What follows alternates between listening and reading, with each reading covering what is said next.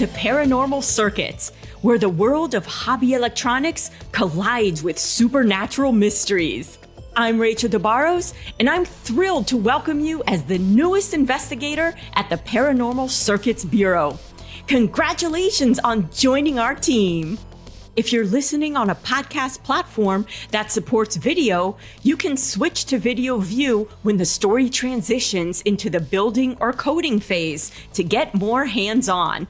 And don't worry, the video version of this episode is also available on my website. There, you'll also find step-by-step instructions, wiring diagrams, build sheets, and code, all waiting to help you solve the mysteries behind your own electronics projects. Now, let's talk about your first assignment.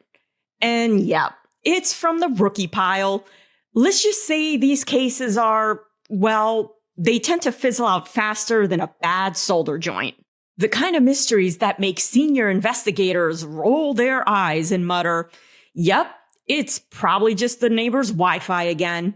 But hey, every investigator starts somewhere, right? And because this is a rookie file, it's also a solo mission. That's standard protocol. Don't take it personally. Meanwhile, I'll be staying back at the office to catch up on some very exciting paperwork. Don't worry though, you'll be fine. Probably. You've got this.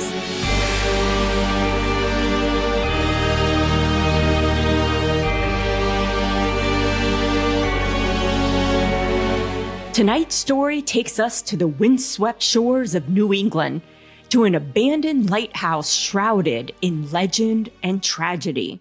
It's been decades since Beacon Point Lighthouse guided ships safely through these treacherous waters. During World War II, it stood as a critical watchtower, its beams slicing through the night, helping Allied merchant vessels evade German U-boats prowling the waters. But one fateful night in 1942, a torpedo hit the lighthouse's rocky coastline, causing an explosion. The beacon reportedly continued to function for a short time before going dark. Local legend has it the lighthouse keeper, Captain Arthur Darby, vanished that same night. Some say he betrayed his post. Others believe he stayed behind to protect a secret. Ever since, locals have reported strange occurrences: flickering lights from the tower, ghostly signals heard on old radio receivers, and whispers in the static. Oh, and did I mention the lighthouse has no power? So why are we investigating? A ham radio enthusiast intercepted a faint Morse code message from the area. It's simple, but eerie. Save them. Unlock the beacon. Sounds spooky, right? Or it could just be some kid with a Morse code app and too much free time. Either way, it's all yours. Grab your flashlight, your laptop, and a good sense of humor, because your first case as an investigator at the Paranormal Circuits Bureau starts now. You arrive at the lighthouse alone, the sound of waves crashing below, setting an ominous tone. Earlier, local law enforcement had made it clear: wrap things up before sundown. When the evening fog rolls in, you'll lose your bearings fast, they warned. Amateurs investigating the lighthouse have been known to disappear into the mist. And, well, let's just say the rocks below tell no tales. You take a quick look at your watch. A little after 2 p.m. This won't take long. The lighthouse looms ahead, its silhouette stark against a blanket of dull, brooding clouds. Despite the years and a devastating torpedo blast, its structure stands remarkably intact, except for a caved-in section of the outer wall. The only visible entrance is the original wooden door, thick and weathered by time. It sits crooked in its frame and takes a hard shove with your shoulder to force it open. The bottom edge scrapes against the stone floor, emitting a shriek that echoes up the lighthouse tower, fading into the heights above. Inside, a spiral staircase winds upward, disappearing into the shadows.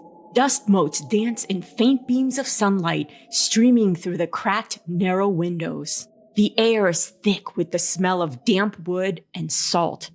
As you scan the interior, you notice an open doorway leading to what was once the radio room, the place where the torpedo's impact reportedly severed the lighthouse's power. The damage in the radio room is immediately apparent. The equipment is long gone, likely scavenged by treasure hunters or preserved in a local museum. Frayed wires jut from the walls, their ends curling like skeletal fingers, and the floor is littered with debris. No way anything here could still be transmitting. So much for a mysterious signal, you mutter. Still, you can't help but wonder, if the equipment here isn't responsible, then what could be causing the static on old radio receivers in town? Beacon Point Lighthouse sits just outside the city limits and might share underground wiring, leftover infrastructure from an earlier time. Crosstalk between the town's power grid and whatever's left of the lighthouse circuits might explain some of the whispers people have reported. For all the rational possibilities, though, none of them feel entirely satisfying in the eerie stillness of this place. Looks like a dead end, you say aloud in frustration. Or is it? Just as you're ready to chalk this up as a dud and head home to binge your favorite show, something catches your eye. A section of floorboards near the far corner looks scorched, their edges blackened as if burned. Curious, and maybe just a little desperate for something interesting, you pry them up, revealing a hidden chamber below. Inside, you descend into a cold room that feels frozen in time. The dim light from your flashlight dances across the walls, revealing a cache of World War II era radio equipment, charred but still recognizable. The air is thick with the smell of scorched metal and damp wood, as though this space has been sealed off for decades. Yet, the equipment looks far more sophisticated than what was typically used for military communication.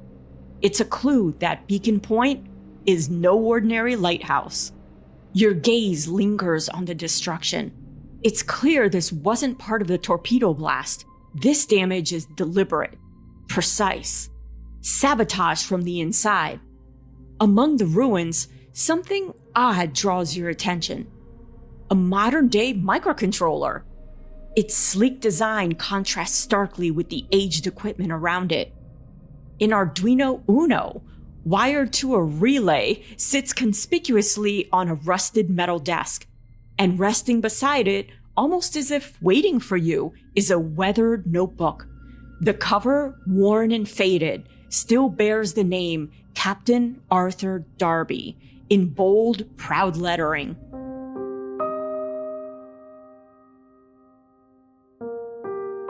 Flipping through the notebook, the story begins to unfold.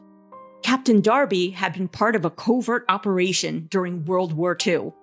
The lighthouse wasn't just a beacon for sailors, it was a key point in intercepting enemy transmissions. With German U-boats prowling the Atlantic, some lighthouses were outfitted with high-frequency direction-finding technology, or HFDUF. This technology allowed them to intercept and triangulate enemy transmissions, enabling Allied forces to strike U-boats with precision and end their dominance over the Atlantic. On the night of the attack, Darby was preparing to relay the position of a nearby U-boat when the torpedo hit. The blast destroyed the radio room above and left him critically injured. Realizing he couldn't transmit the message, Darby made a desperate decision. He sabotaged the radio equipment to keep it from falling into enemy hands. Desperate to warn the Allied ships, he turned to the lighthouse's beacon, attempting to send an SOS signal in Morse code. But with the power damage from the torpedo blast, the beacon remained dark, its light unable to pierce the night. The notebook's final pages are written in a different hand, signed by someone named Charles Darby. It's clear he tried to pick up where Arthur left off, not by restoring the original beacon, but by devising a makeshift solution using modern technology. With an Arduino Uno and a relay, he attempted to recreate the SOS signal, but for some reason, he never finished. All of a sudden, the room feels darker. Shadows stretch across the walls like dark figures watching the events unfold. And you realize that sunset is not far off. Time has slipped away as you were engrossed in the diary, and the urgency of the moment presses down on you. Snapping the notebook shut, you toss it into your bag, carefully unhook the Arduino Uno, and stow it alongside your laptop. Dust and soot cling to your clothes, a testament to your exploration. But there's no time to worry about that now. The beacon at the very top of the lighthouse beckons. You tilt your head back, staring up at the seemingly endless spiral staircase. The sun's descent picks up speed, casting long shadows that creep like fingers across the floor. You mutter under your breath, regretting every skipped leg day as you prepare for the climb of your life. The sun is setting. Time is running out. You grab onto your shoulder bag with a tight grip and race up the spiral staircase to the beacon. At the top, your legs burn with exhaustion, but you barely notice, captivated by the sight before you. The Fresnel lens, towering and intricate, glints faintly in the dwindling sunlight. Long wires dangle from the beacon, swaying slightly in the evening breeze. You inspect the setup more closely. A cracked light bulb sits in the center of the beacon, its filament shattered and useless. The wires connect to nothing, and suddenly it all clicks. Charles had been trying to light the bulb using the Arduino Uno and a relay, but for reasons unknown, he never finished the job. There's no time to dwell on why. The Arduino's onboard LED will have to suffice. You quickly connect it to your laptop, relieved when the green power light flickers to life. Time to code. Using the captain's notebook and the Morse code chart tucked inside, you're about to write a program to blink the onboard LED in the SOS pattern. 3 short blinks, 3 long blinks, and 3 more short blinks. The weight of the situation presses down on you. Can you pull this off before it's too late? One thing's for sure, you don't want to be stuck up here all night. You plop down onto the cold stone floor, legs screaming in gratitude after that brutal climb. Guess I'll skip leg day tomorrow. And maybe the rest of the week, you mutter, with a faint smirk catching your breath. It's been a while since you tinkered with an Arduino. A flicker of doubt creeps in, but you quickly shake it off. No time for second guessing, you say. Relief washes over you as you realize the Arduino IDE is still installed on your laptop. It may not be the latest version, but it'll do. For now, speed is more important than shiny updates. You launch the Arduino IDE, and a blank sketch appears on the screen. Those familiar code blocks greet you like an old friend, boosting your confidence. Okay, let's take this step by step, you tell yourself. Talk it through and focus. The first part of the sketch is the setup function. You read the placeholder line, void setup, followed by a set of opening and closing parentheses, and then by a set of curly braces. Right, you think. This is where I configure everything the Arduino needs to know before it starts working. This function will run just once, the moment the Arduino powers up or resets. Let's write the first line, you say, fingers poised over the keyboard. You start typing on a new line inside the curly braces. The first command is pin mode. You pause, carefully saying it in your head. Pin mode as you type. It's like 2 words smashed together, you think. Lowercase for the first word, uppercase M for the second. Anytime a command or function consists of more than 1 word, the first word is usually all lowercase, you recall. And then the first letter of each word that follows is capitalized. Gotta get that capitalization right. No time to troubleshoot later. The pin mode function is critical. It tells the Arduino how to use a specific pin. Okay, this function needs two arguments or pieces of information, you remind yourself. The first one identifies the pin I want to control, and the second tells the Arduino how that pin should behave, as an input or an output. After pin mode, you type the opening parenthesis and pause. What's the pin for the onboard LED again? You ask yourself. Then it hits you, LED_built-in. You type it in using all caps, carefully pressing the underscore key between LED and built-in. No spaces here. On most Arduino boards, this points to pin 13. Now for the second argument. Since I want the pin to light the onboard LED, it makes sense to set it up as an output, you reason. After typing a comma to separate the arguments, you type output in all caps. That's it. Output means this pin will send out signals to control the LED, turning it on or off. You type a closing parenthesis and end the line with a semicolon. You lean back for a moment, eyes scanning the line of code. Pin mode, open parenthesis, LED_built-in, comma, output, closing parenthesis, semicolon. Everything looks right. Whew, so far so good, you tell yourself, feeling a small but much needed burst of confidence. This setup function is done. The Arduino is now prepared for what's coming next. But the real work is just beginning. The urgency tugs at you as the light in the room fades. The dim glow from the cracked windows barely enough to see by. No time to celebrate, you think. Let's get to the main program. Your fingers hover over the keyboard, ready to dive into the loop function. The SOS signal won't write itself, and time is running out. The next line of code you see is void loop, followed by opening and closing parentheses, and then a set of curly braces. This is where the main program lives. Like the name suggests, everything inside the loop runs continuously, cycling over and over again as long as the Arduino is powered. Alright, you think, whatever I put in between these curly braces will repeat endlessly. As you begin writing the code to blink the SOS signal inside the loop function, a pattern emerges in your head. 3 short blinks for S, 3 long blinks for O, and 3 short blinks for S again. But something clicks in your brain.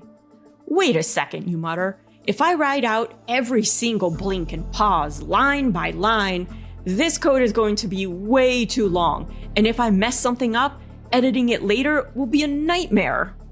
Then you remember a powerful programming tool, the for loop. Relief washes over you. This is going to save me so much time, you think. A for loop, spelled FOR in all lowercase, is like a shortcut for repetitive tasks. It's a programming structure that lets you repeat a block of code a specific number of times. Instead of writing the same commands over and over, you use the for loop to tell the Arduino, do this exact process 3 times. The for loop needs 3 rules to work. 1, where to start. 2, where to stop. And 3, how much to count up by for each round. You think of it as giving the Arduino simple marching orders. Start here, keep going until you hit this limit, and count up 1 step at a time. All right, you tell yourself, time to code this for the first S in SOS. You type in the word for, followed by an open parenthesis. Okay, what's first, you ask yourself? The starting point. Let's do this step by step and talk it out. The first thing the for loop needs is the initialization. This is where you tell the Arduino, here's where we're starting. Since you haven't blinked the LED yet, you'll start at 0. But you need a variable to keep track of how many times this for loop has run.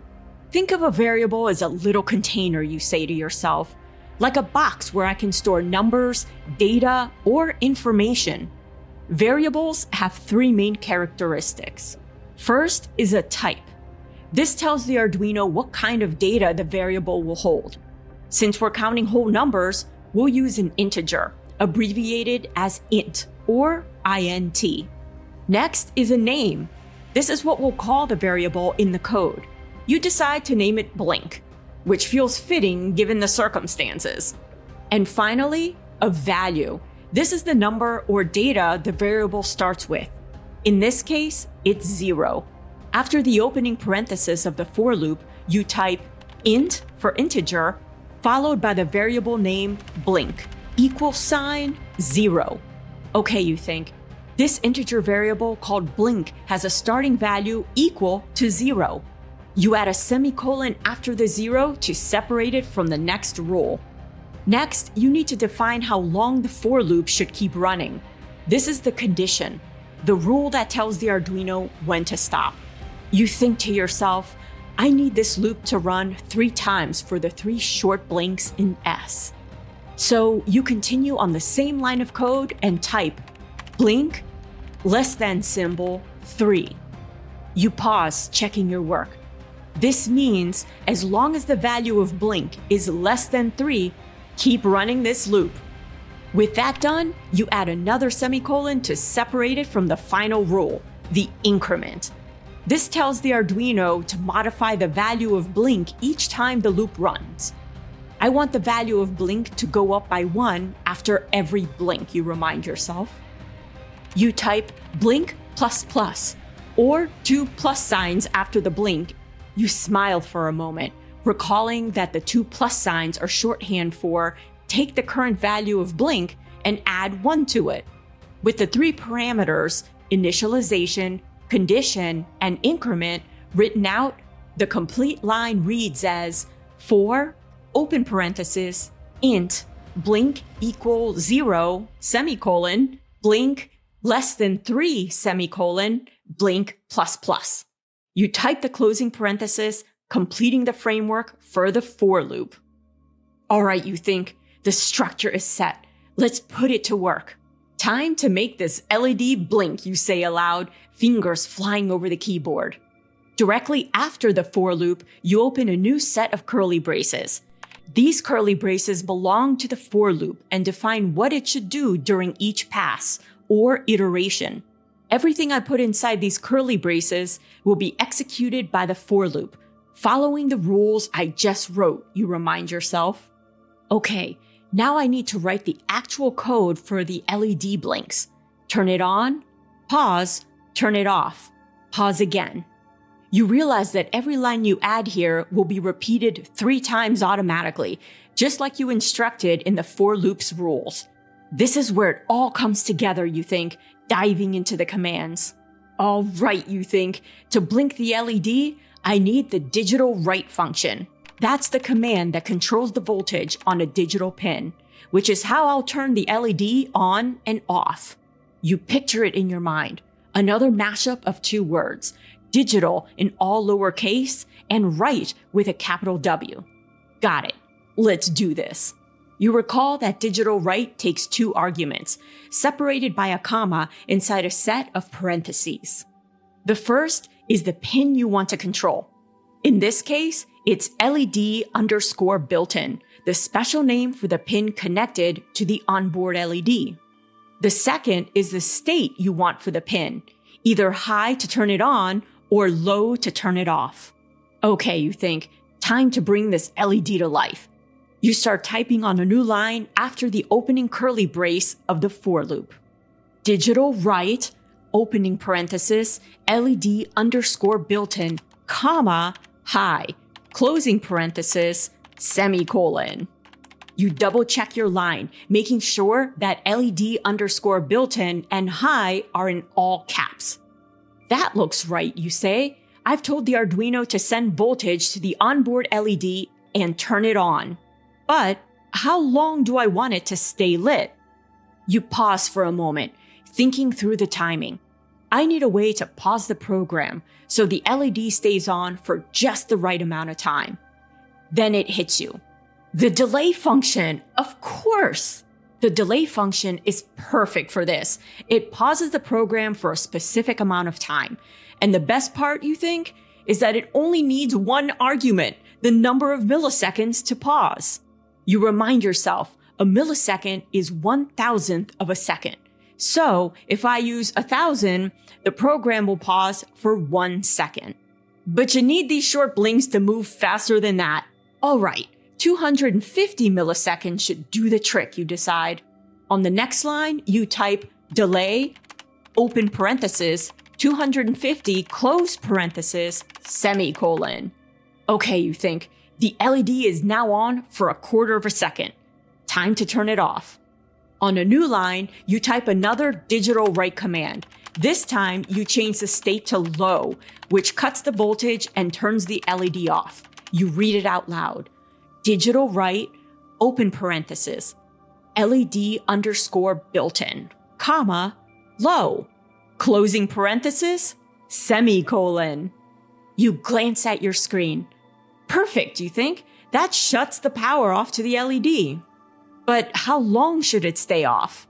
The answer is obvious. It should match the time it was on.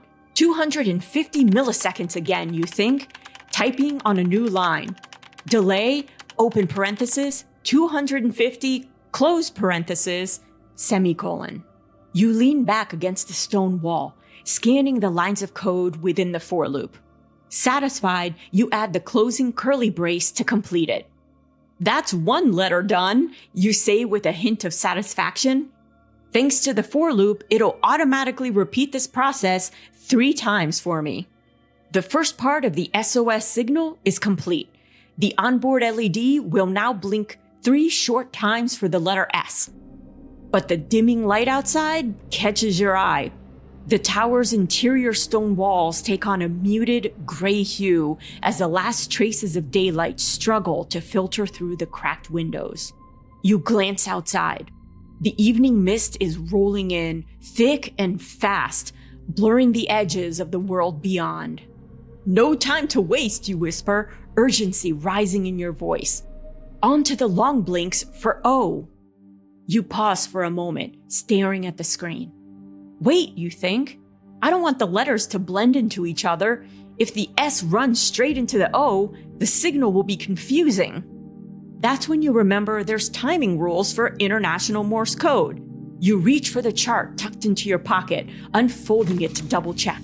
Sure enough, between letters, there should be a space of 3 units. You've been using 250 milliseconds as your base unit, so multiplying by 3 gives you 750 milliseconds. Running your fingers along the chart, you nod to yourself. Okay, that's how long I'll wait before starting the O, you decide. Your fingers move to the keyboard, with the cursor on the next line after the closing curly brace of the for loop. A delay of 750 milliseconds will go right here, you say to yourself, typing delay, open parenthesis, 750, close parenthesis, semicolon. All right, now on to the O, you mutter. But just as you're about to start writing a new for loop from scratch, you pause. Wait a second, you realize? The only difference between S and the O is the length of the blink. I'm still blinking 3 times, just longer blinks. Why not reuse the code? Your fingers instinctively highlight the for loop code block for the S, from the word for all the way down to its closing curly brace. You copy and paste it directly below the 750 millisecond delay you just added.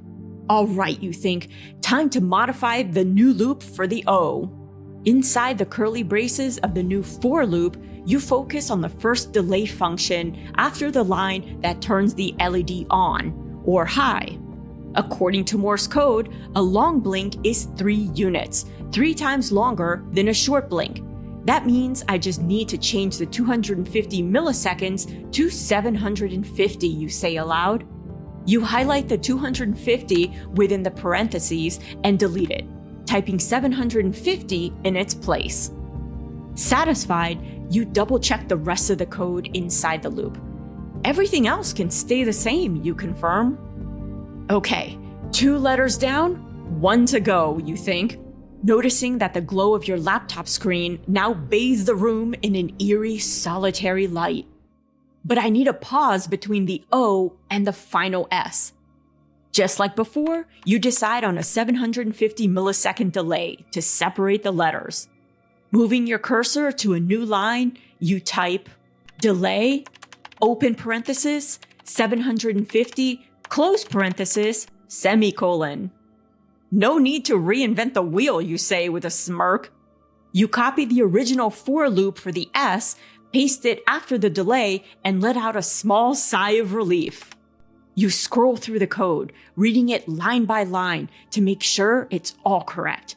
3 short blinks for S, a slight pause, 3 long blinks for O, another slight pause, and 3 short blinks for S again, you whisper. Perfect. But wait! Your eyes widen as you realize something crucial. When the program loops back to the top, the first S will start right after the final S, making it look like 6 short blinks in a row. That's not how SOS works. I need a noticeable pause after the last S to make it clear where one message ends and the next one begins. 2 seconds feels right. A long enough pause without dragging. Moving to the end of the sketch, after the closing curly brace of the final S for loop, you type delay, open parenthesis, 2000, close parenthesis, semicolon. That should do it, you think, double checking the timing in your head. You sit back for a moment, heart racing. Fingers crossed, you whisper as you hit the upload button. The progress bar inches forward, and almost instinctively, your breathing quickens, as if willing the green bar to move faster. Then, success! The sketch compiles and uploads with no errors. You turn your gaze to the Arduino. The tiny onboard LED begins to blink. Instinctively, you start speaking out the pattern you see. Dit-dit-dit, da, dit-dit-dit. A grin spreads across your face.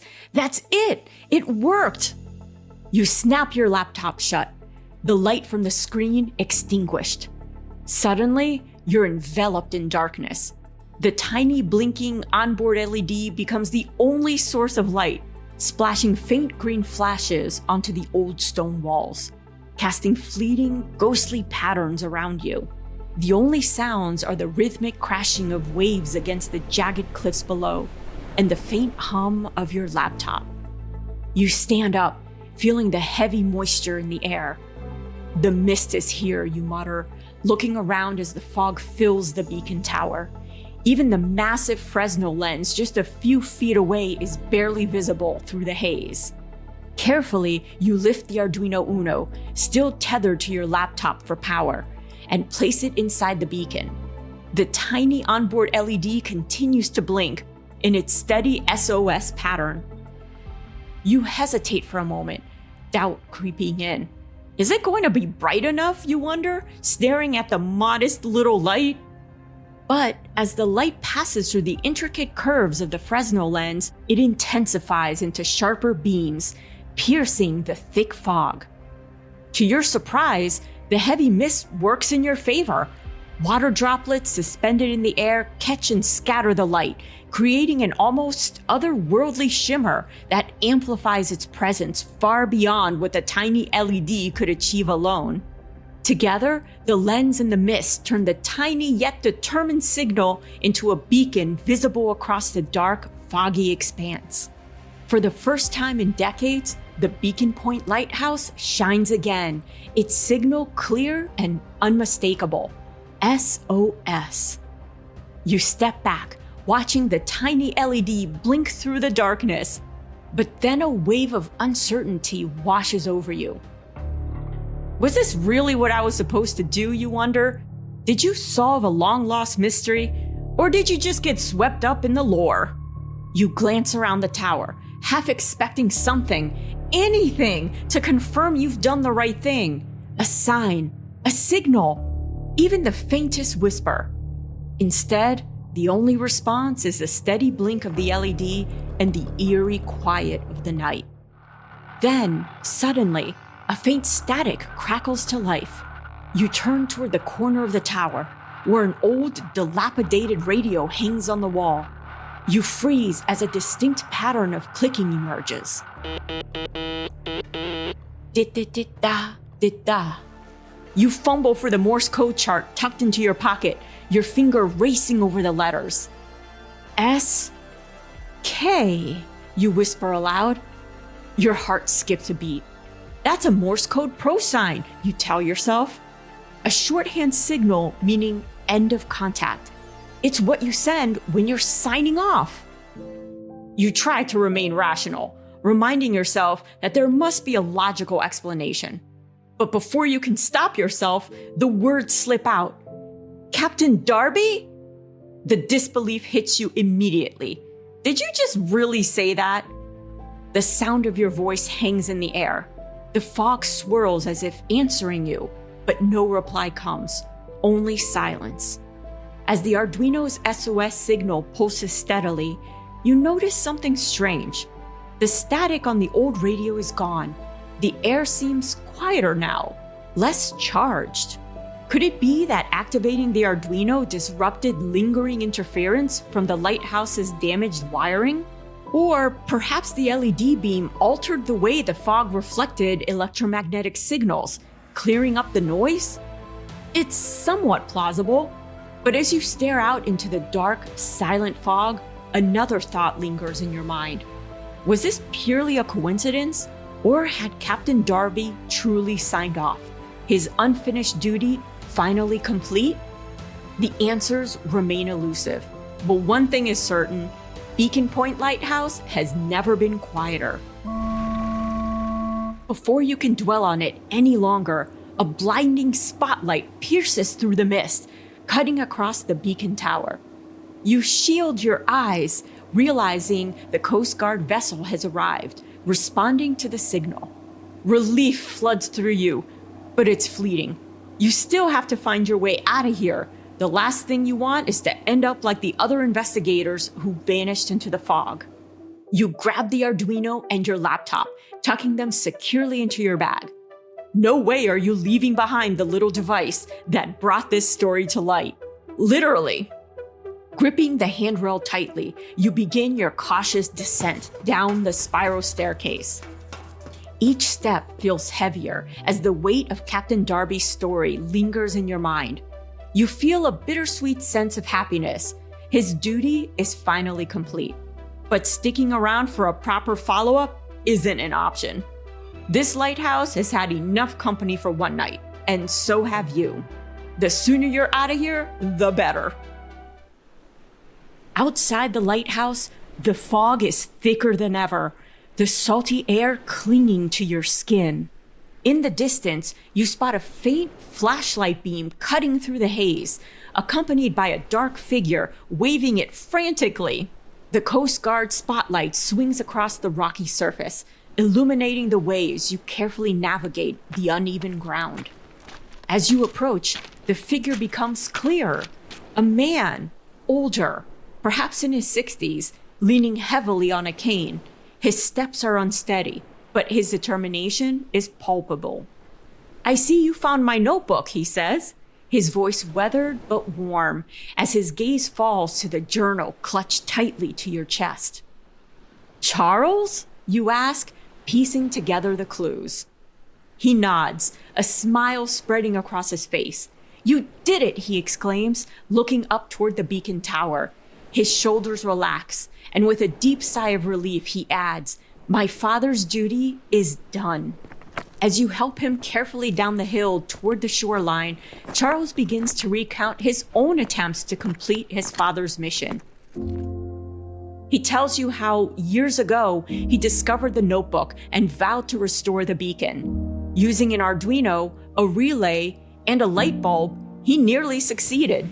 "It was a stormy night," Charles recalls, his voice steady despite the memory. "Just as I placed the bulb into position, lightning struck the tower. I was thrown down the spiral staircase, lucky to be alive. But with this leg," he taps his cane lightly on the ground, "I wasn't climbing those stairs again anytime soon." He laughs bitterly. "And the locals? They think this place is cursed. No one would help me." You pull the Arduino from your bag, holding it out to him. "Here," you say, offering it back.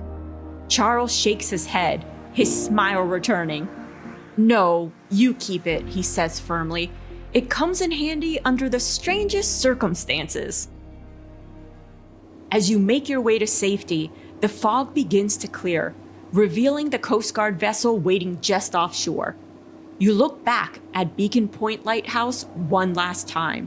Its dark silhouette against the night sky feels less ominous now, as if a chapter has finally closed.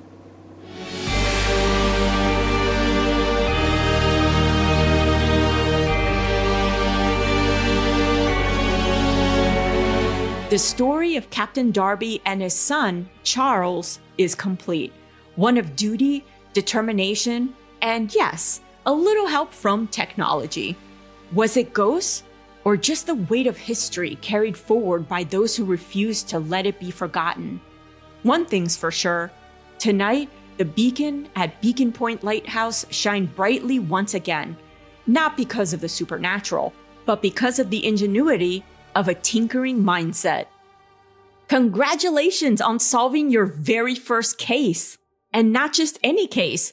This one had been written off as a dud, yet you uncovered its secrets and proved everyone wrong.